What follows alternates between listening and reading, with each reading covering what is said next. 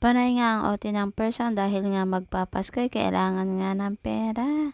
Kaya naman hanggat may OT ay sige lang ng sige. Kahit nga regular day ay may OT ang person, kahit Sunday ay pinapasokan ko na rin. Pauwi na nga kami niyan at kami nga ang schedule namin pag Sunday ay 7 to 3 lamang, kaya lang ang person ay walang service.